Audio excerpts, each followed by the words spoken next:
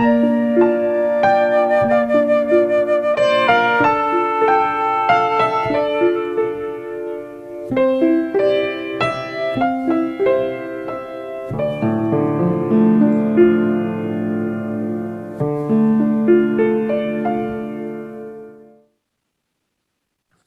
everybody, and welcome to the God Place. Let's see if we can get that over there. Oh, there it is, the God Place. Hi, Victoria. I have my friend Victoria Reynolds. We've decided we're going to do a show as much as we can every week. And we were just having a conversation about how different the information is for everybody, depending on what screen you're watching. It's all about screens and what channel you turn on your screen, whether it be your phone, your computer, your television. And there's people that we love, absolutely love, and we want to stay in a good place with them. But the screen that they're watching is a complete different screen than what you might be watching. So everybody is accusing the other person of lying, saying that I know the truth. And I think that we need to find a place where we can all come together and agree. That would be a good place to start, and then work from there, because it's scary right now. It really is. I was walking in the park and I saw these people. They had on these red, white, and blue flags all over their shirt. And I said, "Are you patriots?" And they were afraid to say yes to me. Mm-hmm. Their shirt screamed it. But I said, "Hey, are you patriots?" And they, and my mother, she's the most patriotic person. So there's people who are patriotic that are afraid of the word patriot now. Mm-hmm. Isn't that crazy? So let's talk about that, Victoria. Okay. Yeah. So a lot of this is understanding how our words get used against us. And yes, there are a lot of people who are very patriotic, and they're afraid to put the American flag out in front of their yard, and they're afraid to call themselves patriots because it's been turned into almost like a bad word. You're right. That if you're a patriot, it means you're America first, which means that America is okay. So this is one of the narratives. Not that this is what I'm saying. That one of the narratives is that if you're a patriot, that means you stand for America first, and America first stands for nationalism, and nationalism is what Hitler did. Okay. So it's important to understand that's why so many people are afraid to even admit that they're patriotic, because a lot of the story that's being shown on the other side of the story is that now patriotism is the same thing as nationalism. Wow. Do you understand now? I understand that now, because I'm not watching mainstream media at all. And I've pretty much kind of shut down any media that makes me feel bad or gets me upset or gets me worried, because man, there are some stories going woo out there, really out there. And I'm not saying that they're not true. I'm not saying anybody's not true. I just like to pick the stories that I like. And so the whole thing with patriotism and the whole thing with, I was filling out a form today on my W-9, I think it was, or something, and they asked me what gender I was, and there used to be just 2 choices. And now there's like 4 choices of what gender am I. And what's happening, I think, in the narrative is that they're trying to make that be normal. Right. And so what we've always thought is normal, male, female, period, right?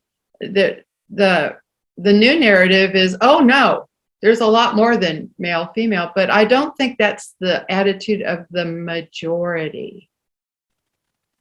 Maybe. No, and so here's one thing with that, because these are all different subjects. So what really comes down to is that all of these narratives have been created to keep us divided and conquered.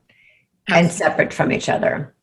So if you're only seeing one side of the narrative, you're only seeing your side of the narrative. That's why it was really important when I said one of the reasons so many people are anti-patriotic in a sense is because they've been told that patriotism and nationalism are the same thing. That entire narrative was created specifically to keep us from uniting. The truth is that all of us want to be free. All of us love our country. All of us want to make a difference in our own country. All of us want to fix the issue with homelessness. But it's the way that it's being twisted by the media that is causing the separation. We all want exactly the same thing. So we need to start looking at all the things that we do want and that we do have in common, instead of looking at the narratives that are being played out. And by the way, this narrative is being played out in the so-called truther community as well, where they're calling people who are watching the news or who are watching Twitter or TikTok, calling them names because they can't see what they're seeing. We have to have the ability to see what the other side is seeing so that we can come to a place of understanding. You know, if your only inflow of information is coming from CNN, you're only getting one perspective. Oh yeah. If your only source of information is coming from the truther community, you're only seeing one perspective. Absolutely. And that's actually contributing to the divide. Absolutely. I completely agree with that. And that's why I want to have more conversations like this, Victoria, so that people that are just tired of the fighting, you know, children get like that when their parents are fighting and fighting and fighting. They just want the peace. They're trying to find peace. Yeah. They're not taking sides. They just want peace. And that's how I feel right now. I just want peace. And, you know, one thing about America and Americans, I've always thought this, we're kind of spoiled in the fact that most of us probably got a warm shower today. Most of us are fed. Most of us live in a comfortable place. Most of us have some money in the bank account. You know, it might not be a lot, but we have some, right? In other words, we haven't felt the pain, the real pain of being afraid that you're going to be bombed any minute. We haven't, Right. You know, we haven't had the pain of soldiers just coming and invading our home and taking parts of our family or all of our family away. I think there are some institutions here in America where that happens. Namely, for instance, Child Protective Services. I've known of children that were taken away from their families that shouldn't have been taken away from their families. So that kind of thing happens. There's flaws in everything, right? But overall, for the most part, Americans right now, they're not really affected by the pain that other countries are experiencing. For instance, in the whole thing that's happening in Russia and Ukraine, and who are the good guys and who are the bad guys, because there are two completely different narratives going on over there. Absolutely. Yeah. And nobody's talking about what it's like to actually be the citizens. Exactly. So the one thing that is true is that the people are afraid. Absolutely. Doesn't matter which side of the narrative you're looking at. The people of Ukraine are afraid because they're seeing bombs going off in some places. They don't know what's really going on. Right. And they're leaving. There are people who are leaving because they feel like they're fugitives. Exactly. That part is true. So no matter which side you think that the Russia's the good guys and the Americans are the bad guys, and the Americans are the good guys and the Russians are the bad guys, the truth is what is happening to the hearts of the people. The people. And the same thing needs to be looked at here in the United States and all across the world. Doesn't matter which narrative you're watching. The truth is the people. Exactly. We have to go back to our hearts and what is it that's true for the people. What's true for the people of America is that they're afraid. People, we haven't experienced that kind of real fear like the Ukrainians. have. Right. Or the people in Israel. I all the time feel bad for the people in both Israel and the other side of the wall. Why am I blanking on that? The you know what I'm talking about. The Palestinians. The Palestinians. Thank you. Okay. I think about those people and how there are times you don't even know if you go outside if you're going to get bombed. Like, we as Americans have no idea what it's like to live under that level of tension every single day of your life. Exactly. We don't. And everybody has an opinion. Right. And about something we've really never experienced and don't really know anything about because we're only hearing what we're hearing on TV or through social media, whatever our information source is, we're only getting it from whatever that information source is. But to actually put yourselves in the shoes of the people. Which are the majority. Which is the majority. The people are the majority. It's the leaders of our political leaders all over the world and also in our spiritual world. Mm-hmm. Those leaders are abusive. And what happens is it trickles down to the people. Mm-hmm. So for instance, like there's a lot of countries on this planet that don't look at America as heroic at all, especially now. They're saying the Americans did this and the Americans did that. They, and well, I didn't do it. You didn't do it. Right. The same thing with just in our own country with the white man, what the white man did to the other. We've got indigenous, we've got the Hispanic, we've got the black, we got the whole thing. Yeah. Hold the door. I didn't do anything. Right. And even women against men. Right. The white man. It's not most men. It's not most white people. It's not it isn't the people of the culture. It's the people who have determined that they have the right to make the decisions for everyone else. And those are the ones that are causing the mess in the world, not the people. Although the people who we have chosen to lead us, whether consciously or not, are a reflection of us. So if we want to change the leadership models on our planet, we got to change inside ourselves. Yes. I mean, it ultimately is a reflection of us. We allowed it to get to the mess that it's in by our own creation, whether it was conscious or not. So we have to consciously choose for it to be different. And I would love more than anything to see all these people across the world start standing up to their governments. I would love to see the people who are in the Ukrainian army and the people in the Russian army both stand up to their governments and say, you know what, I'm not going to fight. Mm-hmm. We will not fight your fight. Exactly. They can't do anything if we don't do it. We don't cooperate. If we don't cooperate. We don't follow. They'll have an entire army. They'll have an entire arsenal of guns with nobody to shoot them. An entire arsenal of planes with no one to fly them. An entire arsenal of tanks with no one to drive them. Because the people refuse to fight for these bureaucrats and these billionaires and this, what I call the new age of imperialism. This age of imperialism is corporate empires, and people need to, I don't care what side you're on, stop and say, I am no longer going to fight for the corporate empires. I'm no longer going to fight for these corrupt bureaucracies and politicians, and just don't do it. I'm not going to get into fighting against my other human beings. I'm not going to call people on the other side names because they only know what they know. And if they knew better, they would do better.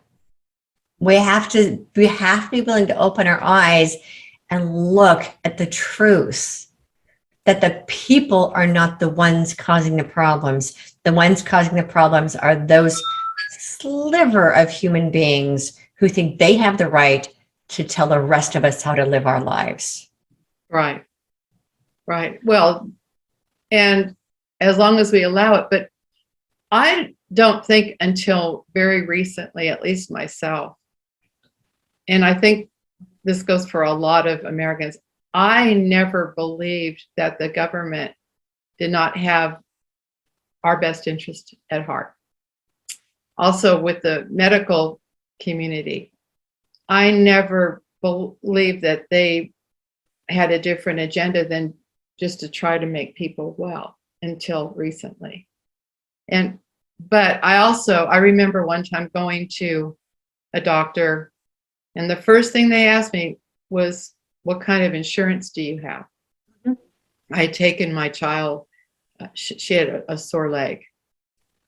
And when I told them, man, it was like going to spa and getting the works. I mean, everything. We got charged for all she had done was sprained her ankle or knee or something like that. It wasn't serious, but by the time we were out of there, we had a humongous bill. You had good insurance apparently, and they were in-network providers. So I used to work in the medical fields. Oh, okay. And I had a medical business for about 15 years. And so I know how the industry works. Even working in the industry, I could see the corruption in it. So I haven't trusted pharmaceutical companies for years. My friends were pharmaceutical reps, and they were telling me what's really going on in the pharmaceutical industry. I saw that. And the thing with the banks, I've known about that for years. Yeah. The corrupt government for years. So it's interesting that you say that it's fairly new for you, because for me, that's just kind of, maybe it's because I'm more hyper aware than a lot of other people, but I got that years ago. And in a lot of people, remember, I'm like, how did you guys forget the March on Wall Street in 2012? Don't you guys remember that? Right. So many people have forgotten, and that we marched, I didn't go, but there were thousands and thousands of people who marched on Wall Street because Wall Street was so corrupt and the banking industry was so corrupt. This was after the economic crash of 2008, and people saw how corrupt the banking industry was, but they seem to have forgotten because the media has been able to twist it to that they've been what I call whitewashed. They've been whitewashed, that they have forgotten that there was this issue. They've forgotten about the government being corrupt because suddenly, the government's not corrupt. They have our best interest. Come on, we know years ago they didn't. 20 years ago, they were complaining about how Social Security was going to run out of money, and how do they figure out? So they just keep changing the retirement age, and most of the money that we pay into our taxes goes not into the social services, but into people's pockets and big companies. I mean, and you'd have to be blind to not know that politicians are all bought by the establishment. I mean, we actually have legalized bribery, right? Well, absolutely. And so how can people not see that? Well, and you hear about the politicians, and we know what their salaries are, but they pop in thousandaires and they end up being millionaires, right? Or billionaires, depending on how much power they've had. And we're all like, well, how does that happen? Oh, well, and then you go on about your business because it's them. And then you just go about your business. You don't really. But not necessarily. Both sides have agreed for years that we have to get money out of politics. That's not a one-sided conversation. Both sides agree that we need to get money out of politics. There are both Democrats and Republicans who ran on that platform. And that's a good platform. Well, right. And so, but the fact is that we have this media in the middle, and I don't care if you're talking about mainstream media, if you're talking about right-wing media, if you're talking about the alternative media, there still is an agenda in there to get us to only see one side of the story. And the truth is, everybody knows about corruption in the banking industry. You'd have to be blind to not see that. Oh, yeah. Oh, absolutely. Everybody knows there's corruption in politics. Everybody knows there's too much money in politics.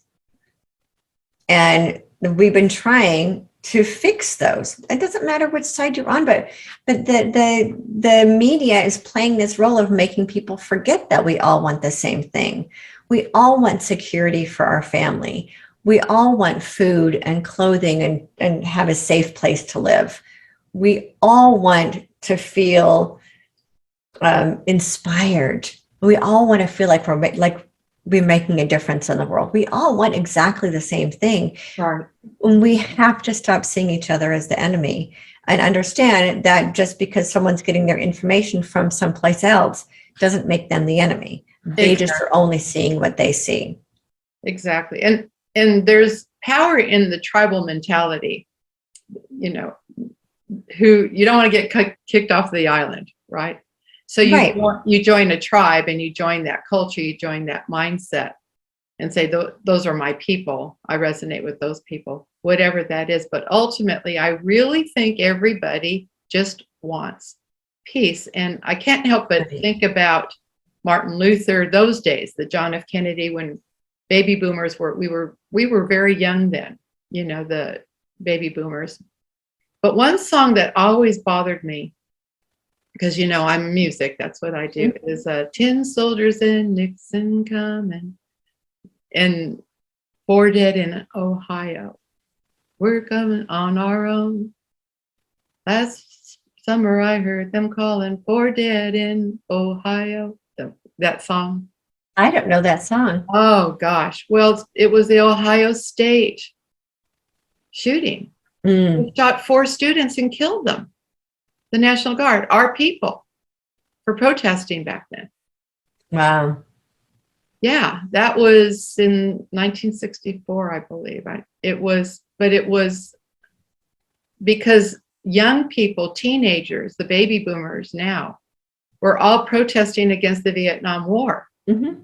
And I remember it was so weird because kids were getting drafted. Right. People we knew were getting drafted. They had no choice to go over there. Mm-hmm. And then when they'd come home after being through hell in Vietnam, people would spit on them for not dodging the draft. Yeah. That's how sick that was back then. So, and nowadays, probably the same baby boomers or baby boomers when we were in the East fighting over there. I remember coming into the Dallas airport and they had huge groups of people cheering and hurrahing when they knew the time when the soldiers would all come in. And they all clapped and cheered for them and flags waving and all that. So it's quite different. But so the good part is it was about peace. The bad part is that the kids that were drafted suffered that much more when they came home from that horrible. World War II was a different thing. And Korea was kind of like, they called that the forgotten war. But World War II, you know, everybody was cheering. There were ticker tape parades. Everything was going great. And I remember also when 9/11 happened.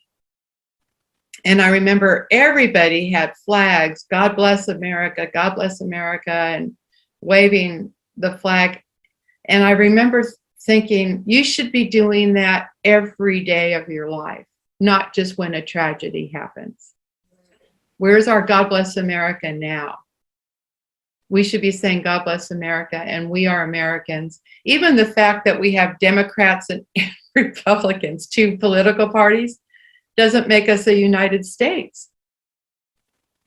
And we need to unify. Those 2 parties were created specifically to keep us divided and conquered. Exactly. And we have the illusion of Republican and Democrat. The truth is they both pay and play for the same master. Exactly. And so we have the illusion that they're 2 different parties. They're really not. And that's why I don't go into politics. I'm like, look, I don't play that game. I am not a Democrat and I am not a Republican. No. And I'm an American and I'm a human being. My patriotism is for the planet, not for a particular country. And that all of this exists as an illusion to give us the belief that we have democracy, and that we get to choose our leaders. The truth is that we don't. They're both, it's like, okay, we're going to pick you and we're going to pick you. There's a reason there's only two that go in at the end, and they got picked for us. Right. They got picked for us. Yes. And so we really don't have a democracy. No. We have the illusion of it. No. Yeah. And so I think if people really got together and said, okay, what's best for us as a country, then we would have a completely different experience. But instead, what people are doing is what's best for the party. Absolutely. So what's best for me and my people. And it's so funny that you said that, Cindy, how people like surrounding themselves with like the tribalism, right? Mm-hmm. I've always been a little bit different. I've always been one of those people that tends to buck what the tribe is doing. So, right? Me too. I don't fall for that. I don't need a tribe of people around me. I got me. And that's very powerful, because we live in a country where people feel diminished in their value. They don't know who they are. If you don't know that you're a sovereign being, that your true essence is the divine, that's your true essence. If you don't know that you're that, because what they'll say is, oh, you're a child of God. You were made in the image of God. And then they make you get on your knees and say, Lord, I am not worthy. That's, yeah. That's not what Jesus had in mind. Jesus said, at all. Get up off those knees. Did you hear what I said? We're brothers and sisters. We're brothers and sisters in the spirit of love. Yeah. And let's get in a circle. Let's hold hands and acknowledge each other as divine beings having the human experience. Mm-hmm. That's what you really are. Don't get caught up in the tribal mentality, because that's primordial. It's very primordial. And I think that's what's happening now, is we're evolving into being self-aware. People are waking, when they wake up, my definition of that would be, oh, I'm a divine being. Oh, there's nobody better than me or less than me on this planet. Right. Oh, I'm awake. We're all having the human experience. And get out of the tribal mentality, which is so primordial. And they have a TV show about it. The Survivor. Right. I'm not the one who got kicked off the island. Oh, I'm not the one who got kicked off the island, right? I survive because I go along with the tribe. So, right. Yeah, and yeah. Well, it's all about the labels. So once you start to understand that you are a divine being having human experience, we can start to peel off all of those labels that have been put on us. Yeah. And once you start to peel off all the labels, then you really can't choose sides, because you understand, I see what's going on here. It's every person having a human experience. Yes. And the labels kind of cease to exist, because we just accept each other as who we are, as all love, for all aspects of divine love. Right. And that, you were asking about all the labels earlier. And I think one of the reasons that all of the labels are becoming micro labels, until we get to a point where labels don't exist at all. Right. But right now, there's all this micro labeling that's going on, which is attempting to splinter humanity. Yeah. But what will eventually happen from all of that is we simply accept ourselves, all of us, as we. They threw that whole gender thing in the middle of the mix to make things even more chaotic and confusing. Right. But at the same time, what that's going to do, because there's two sides to every story. So all the gender stuff is very confusing, because there are all these kids who now have no sense of self-identity because of the gender breakdown. Eventually, that will break down into nothing, where it doesn't really matter what gender you are, that you're just accepted as who you are, as divine being having a human experience. Absolutely. People will no longer need to label themselves as anything. as anything. That your skin just happens to have more melatonin in it than another person's skin. Yeah, exactly. This person just happens to be more feminine than this person over here. Exactly. And that's it. You know, one word that just drives me crazy, drives me crazy is the word perfect. That's what's ridiculous. I know that the word perfect, by whose standard? By whose standard, right? Who has the right to say you're perfect and you're not? Let's talk about that. Okay, good. The truth is, every single one of us is perfect. Absolutely. God doesn't create anything that isn't perfect. Absolutely. So we are born perfect. Yes, we are. And the process of life itself is perfect. Yes. So there are all these people who are striving for. Now, I grew up with this too. Like, I felt like guilty for even being a human being because I wasn't perfect. And I was constantly striving for perfection because that's what my particular religion taught.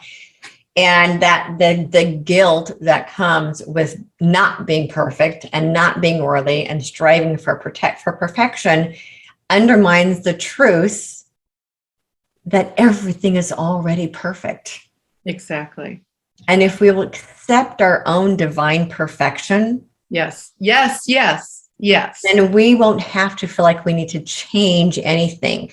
What we get to is we get to see, oh, I'm already perfect. Now I can peel off all the layers of everything that is not that, so that I can go back to being the perfect being that I was when I came in.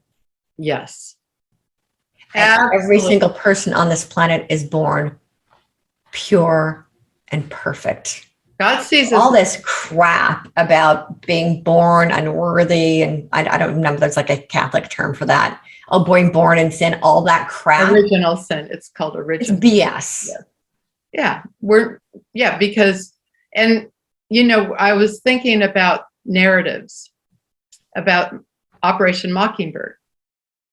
So you have, we've had Operation Mockingbird going on in churches before there was media, before there was radio, before there was screens telling you what to do. And the narrative was, you are a sorry little worm. You're born in sin and you're a sinner. And because of that, this beautiful, perfect man had to die for you because you are that. But Talk about the guilt trip. But that's not what Jesus said. At all. That is not what Jesus said at all. Jesus did not say that. But the crucifixion, to me, when we're coming on to Easter. The Easter now, and the awesomeness of that whole story, the best part of it is when Jesus shows up in the garden with Mary Magdalene. I love that part of the story. But also we know, and we've learned, that in order to be reborn, you have to die to the past. So you have to die before you're reborn. Right. And that's got nothing to do with Christianity. No, but that's what the crucifix is. You have to die to the past, which in the Jewish Torah, which Jesus was Jewish, it was fire and brimstone and punishment and angry and vengeful God and blah, blah, blah, blah, blah. And his message was brand new, which was love. Love your enemies, love your neighbor, love, love, love, love, love, the true essence of who we are. That was the message of Jesus. And the 5 times Jesus said, do not judge. Do not judge, because that's when we start judging other people, including the people that don't agree with us, that are watching different narratives, and we start calling them names like you and I talked about before, calling them stupid. No, they're having a different experience, right? And so if you're calling somebody stupid, whatever you're calling somebody else, you got 3 fingers coming back at you. And you need to do some self-reflection there and say, why do I feel good about calling that person stupid? Right. So those are called projections of self-judgment. Right.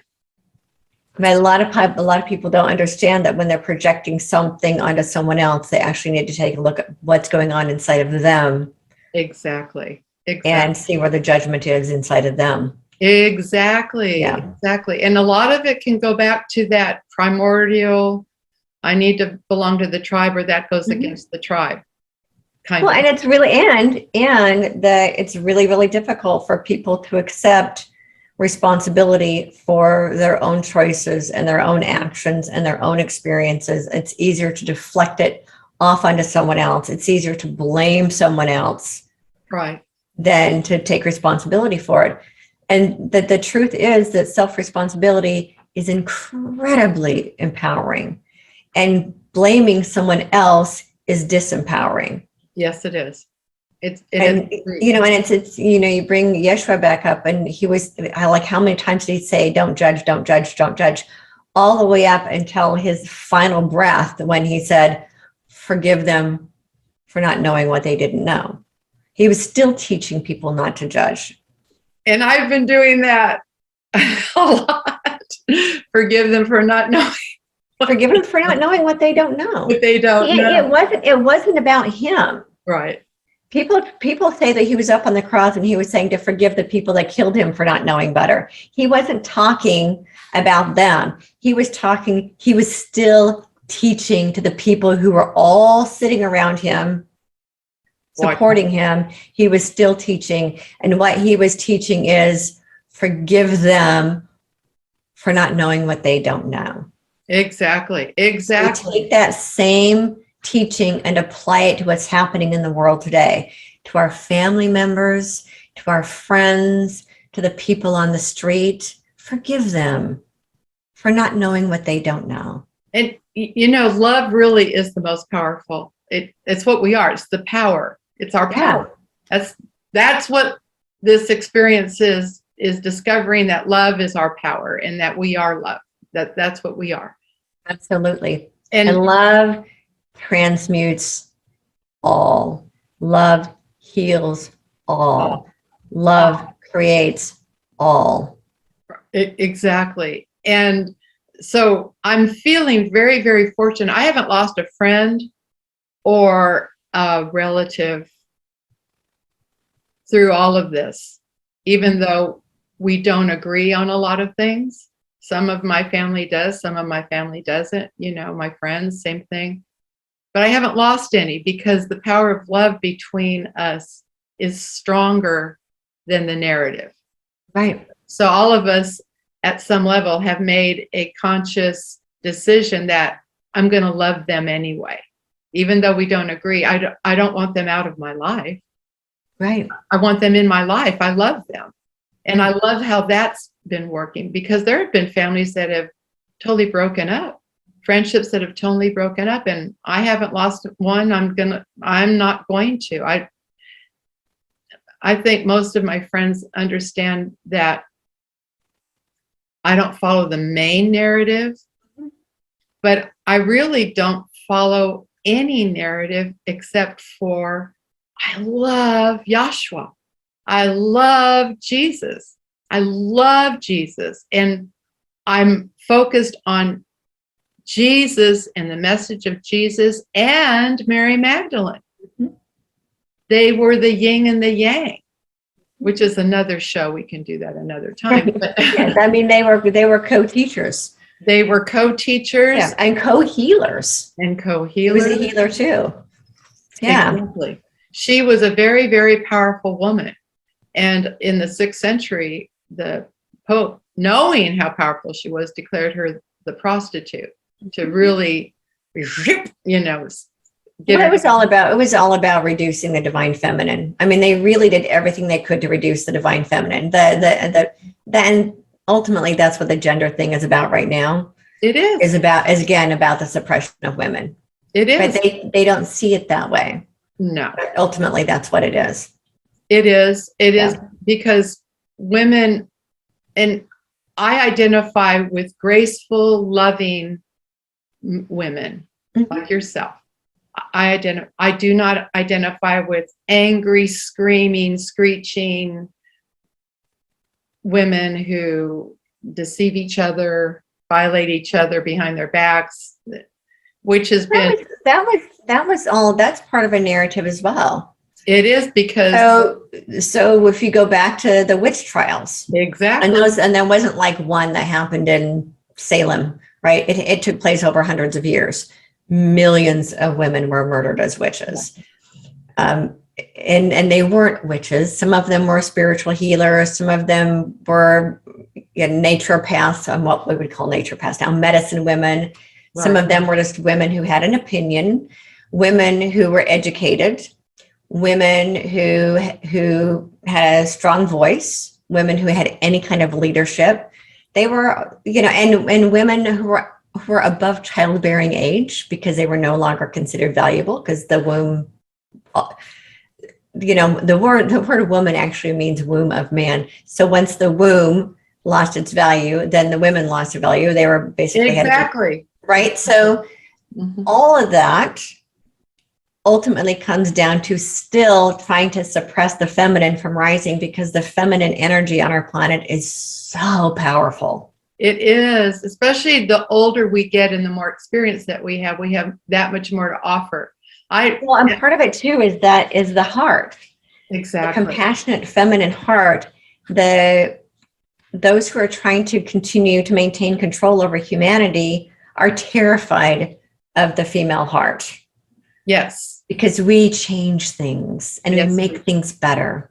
Because and we do things naturally through community. So this idea that women are competitive is a false narrative that was created to keep women from uniting. Well, like you said, going back to the witch times, what they would do is they would torture a woman, say, "We know you have friends. Tell us who your friends are," and they'd scream out a neighbor's name while they're being tortured to save themselves. Yeah. And what happened is that created the rift between women. Right. So this is what's called epigenetics, right? So beliefs get passed down generation upon generation upon generation until we put an end to the beliefs and refuse to move them forward. So because it was so traumatic, it got ingrained literally into the female DNA, if you will. I don't say DNA, but into the physical makeup of women, and it was passed down generation to generation, to have mother-daughter issues because girls were told to turn in their mothers and women were told to turn in their daughters and women turned in their friends. So it turned women against each other and daughters and mothers against each other. It did. And that's been playing out unconsciously for hundreds and hundreds of years.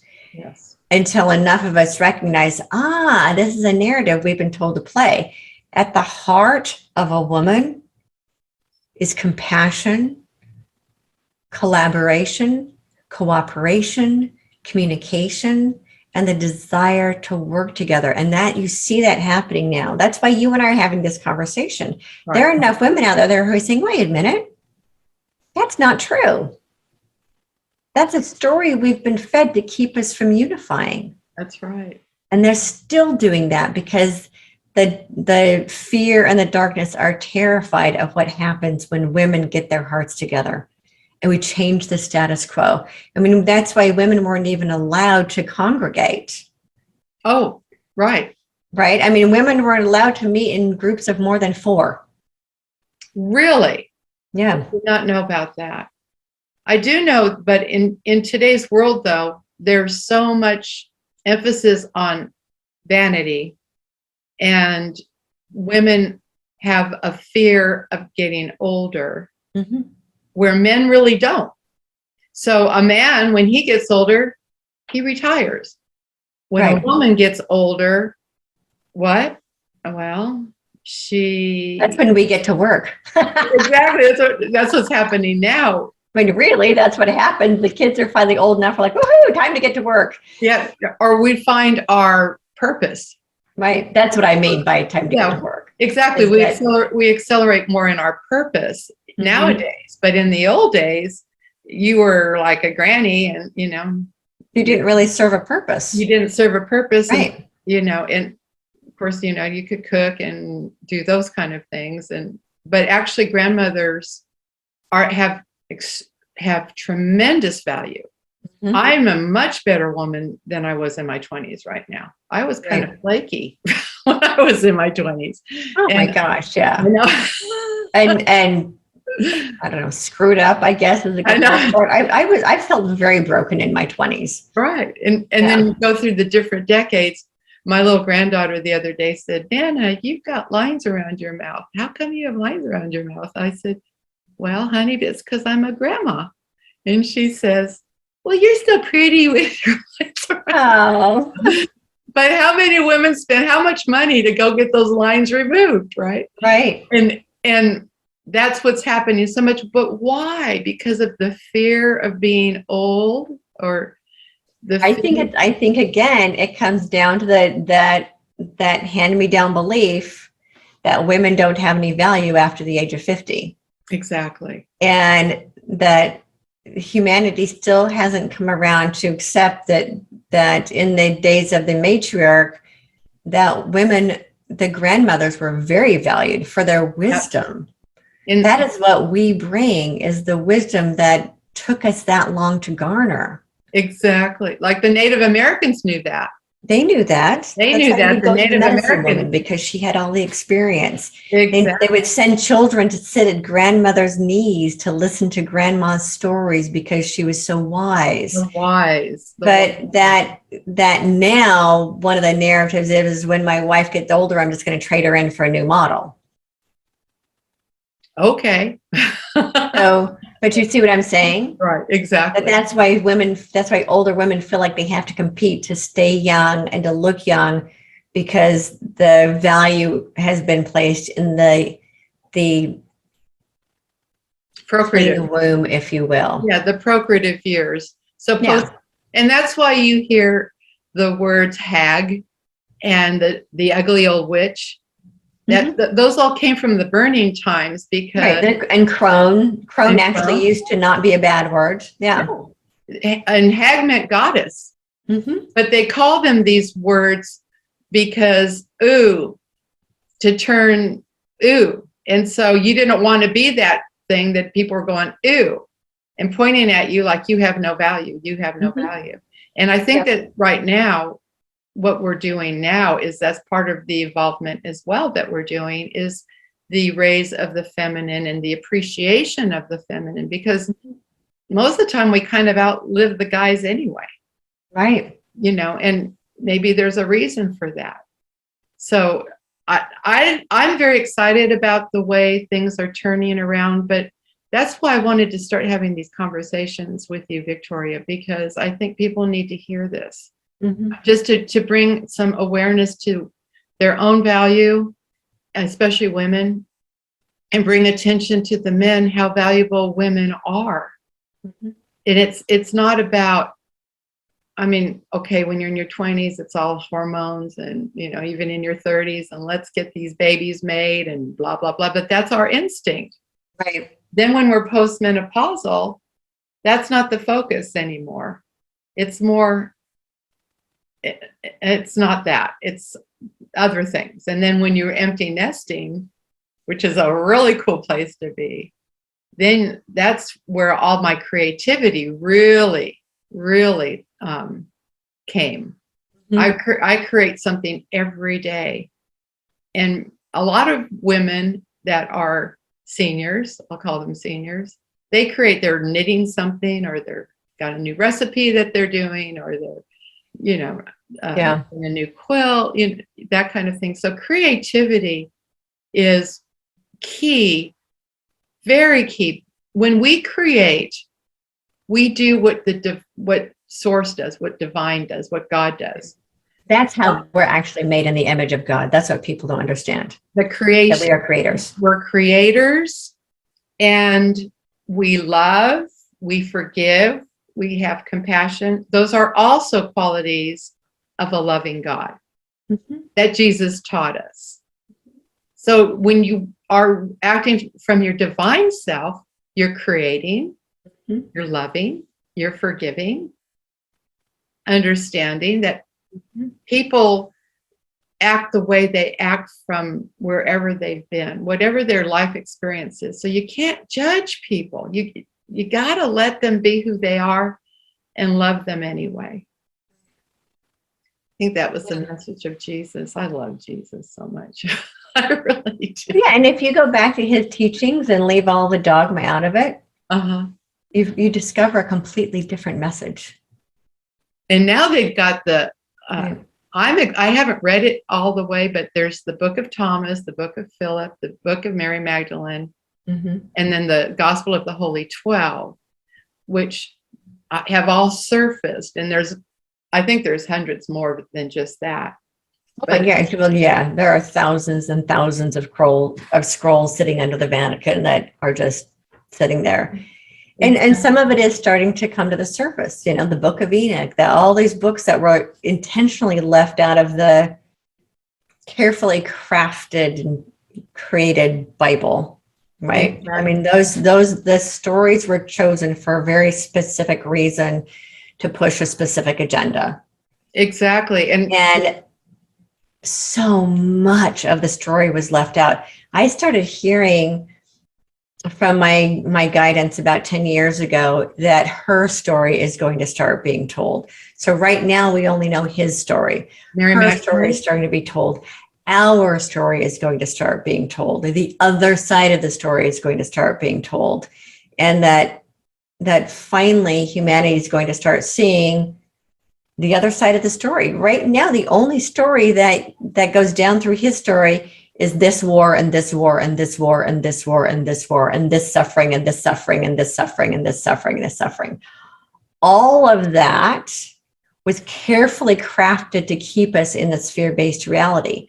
The other side of the story has never been told, of the love and the compassion and the healing and the amazing miracles that women were creating. And all that stuff was left out of the story. Women were intentionally left out of the story. Absolutely. Absolutely. And I'm like, you know what? I know there are women out there that have made huge impact in the world. Their stories have just never been told. Some of them have, this one about Harriet, the Underground Railroad. God, I love that woman. I love that story. It's so cool they made a movie about her story. Yeah, because there are so many more stories like that just have never been told. Because in the past, what's happened is the only way a woman's story gets heard is if she's someone who made enough noise, right, and enough commotion that her story got heard. Like Joan of Arc had to make such a big deal in order for her story to be told. Right.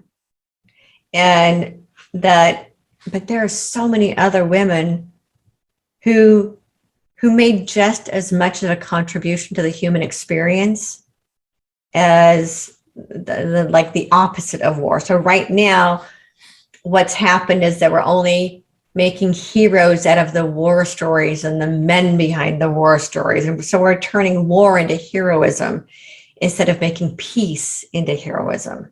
Right. Oh, absolutely. Right. So we talk about how we talk about war as if somehow war is a mechanism to peace. It's not. We have never arrived at peace through war, ever. Just a lot of pain. A lot of pain and suffering. Until it gets to a point where enough people have gotten tired of the pain and suffering and they finally say, stop. Right. And so peace has never come at through war. That's why we need to focus on peace. Absolutely.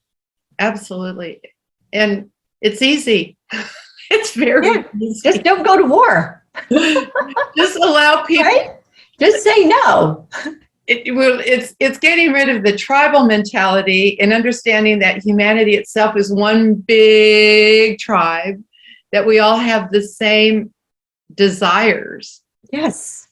That we love, resonates well, smiles, laughter, joy. Creation. We all want to create. Dancing, singing, and just stop it. Stop it. Yes. That simple. Just stop it. Just stop it. Go here. Yes. Go. Right? Everybody needs to get out of their minds and go into their hearts. Exactly. Yeah, out of your mind and into your. I actually wrote a song called "It's Time to Get." It goes, "Oh yes, it's time to get out of your mind." Right. Mhm. I'm actually writing songs, kind of little philosophical songs about this. It's because it's very, very, very simple. Very, very simple. Love feels good. Ego, Ego will serve love. Ego actually serves a purpose. Ego serves the purpose of self-preservation. Right. When we go into our heart space and the power that comes from living our life from the heart, Right. the ego will come along for the ride because it feels safe. Right. Yes. Yes. But the ego has no power over love. The ego has no power. Yeah, it's just afraid because in this fear-based reality, it's constantly being triggered. Right. If we're moving through life in love, then the ego says, "Oh, finally, I can relax." Well, the ego responds to our two human instincts of procreation and power and survival. Mm-hmm. You know, well, yeah. Power goes. That's what it is. It is a survival mechanism. That's really all that it is. It really and because is. we've been living in a fear-based reality, that the ego is constantly on edge. Exactly. Constantly in self-preservation. If we're living our lives from our hearts and out of fear, then the ego has it just becomes like a little child that wants to be loved and taken along for the ride. Exactly. It is. But going in reference to what you just said, a little child understands freedom and understands everything's new to that little child in the human experience, in this part of their human experience. I believe that we've had past lives, but they come in fresh, knowing who they are, knowing that they're divine, and they're all, I'm here to see the human experience. I'm here to be part of the human experience. And you're right, when you go back into your child where everything's fresh. So try to think or try to see everything as if you're seeing it for the first time. That's a little spiritual exercise I do. Sometimes I think if I had 1 minute of life left, 1 minute of life left, or wonder if I just came from another existence and I only have 1 minute to take in what this human experience is. Exactly. Those are little exercises I do to get into the now and to get into the moment and that, because right now I'm very comfortable. You're very comfortable. We've got heaters, we've got air conditioning, we've got warm showers, we've got, we're fed, we've got all of it. Until you experience the opposite of something, you can't really know your bliss. Right. You can't. And that's exactly why the contrast exists. Right. Exactly. Once you understand the contrast exists for us to experience, to appreciate what we don't have. It's like, when I go back to people are cursing the darkness, it's like, look, but without the darkness, you wouldn't know your light. That's exactly right. Without the fear, you wouldn't know the power of your own love. So right now, the contrast exists specifically for that purpose. Now, the reality that we're creating down the road, the contrast will cease to exist, and this will become a planet of peace and love and harmony and all that, because we as a collective of souls have agreed for it to become a place of peace. Until then, the contrast exists for us to learn through. Absolutely. So rather than curse it, look at it and say, I see you there. This is where I can bring my light into the darkness. Each one of us, the light within each one of us, has the ability to transmute the darkness to the point that the darkness no longer exists. Exactly. And each one of us have the love within ourselves to transmute the fear until the fear no longer exists. So if people want the fear and darkness to go away, it's right here, baby. If it is to be, it's up to me. If it is to be, it's up to we. Yes. So in conclusion here, Victoria, let's go back to where we started with people that have different narratives and have different beliefs. Then that's just, it's complete chaos. Everybody, I think, has the instinct that there's something not right. Right. I think absolutely. I think everybody knows something's not right. It's just where the fingers are being pointed to. So what kind of advice would you give to people in just starting today, with how to react when people don't agree with you, or they get, they're still doing this? No, that can't be true. That can't be true. Because the information that we've heard is horrible. What kind of reaction do you feel people should have as we're trying to come together and trying to figure all this out with people who are on the opposite belief than you are? Love them anyway. Love them. That's simple. And then I think in our words, what kind of words we can choose is, that's what Yeshua taught. That's the core of everything he taught. Just go back. Love your enemies and pray for those who spitefully use you. Love them. Love them. Love them. Send them love, that their hearts will be healed. Pray for them that their hearts will be opened. Right. Because pray for them that their eyes will be opened and that they'll see their own possibilities. Because it's all good. It's all good. That's it. It goes back to, what would Jesus do? Seriously, forget everything else. If you consider yourself a follower of him, what would he do? He wouldn't call them names. He wouldn't want to go to battle with them. All that. I also like to say, what would love do? Because because he was an embodiment of love. What would love do? Yeah, because he was the perfect example of what every single one of us are capable of. Absolutely. When we understand that all of us are the embodiment of Mother, Father, Creator. Exactly. And so he was an example of what all of us are capable of. That's why he said, you can do these things and more. All of us are capable of that. So first we have to start letting go of anything that's not that. Exactly. And understand we are all divine embodiments. I'm glad that you said the Mother, Father, because that's how Jesus prayed. When you go into the Aramaic translation of what Jesus said, and the writings always said Mother, Father. Yes. So one of the misinterpretations was that the Holy Spirit is some mysterious entity, right? It was Mother.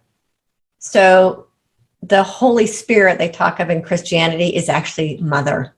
Absolutely. Just again, as part of trying to dismantle the divine feminine, gave her a nameless Holy Spirit, right? But that actually is the mother aspect of Source. Yeah. Well, I have enjoyed this. There's Father, Son, and Mother. And Mother, exactly. Father, Child, and Mother. So exactly. You understand that Father, Child, and Holy Spirit, they're actually talking about the Trinity of Father, Child, and Mother. So in my upbringing, we would say, in the name of the Father, and of this child, and of the Holy Mother. Amen. That would probably be a little more accurate. But it's not Mother Mary. That's one of the misperceptions. People like the mother aspect of God, Mother Creator, was reduced again to the womb of Mary. Exactly. This has been fun. It has been fun. I can't wait for next Tuesday when we can do this again. Yeah. Yes. So yeah, I'm just going to put this spot on my calendar for every Tuesday so I don't have to. Okay. At the same time, we can do this. And I love how you think. And I love how together we're kind of on this mission of saying, okay, we're going to look at the good stuff now. We're not going to look at the bad stuff. Because there's good in all of it. Right. Because what we think about expands. That's right. I love you. See you next time. Yes, ma'am.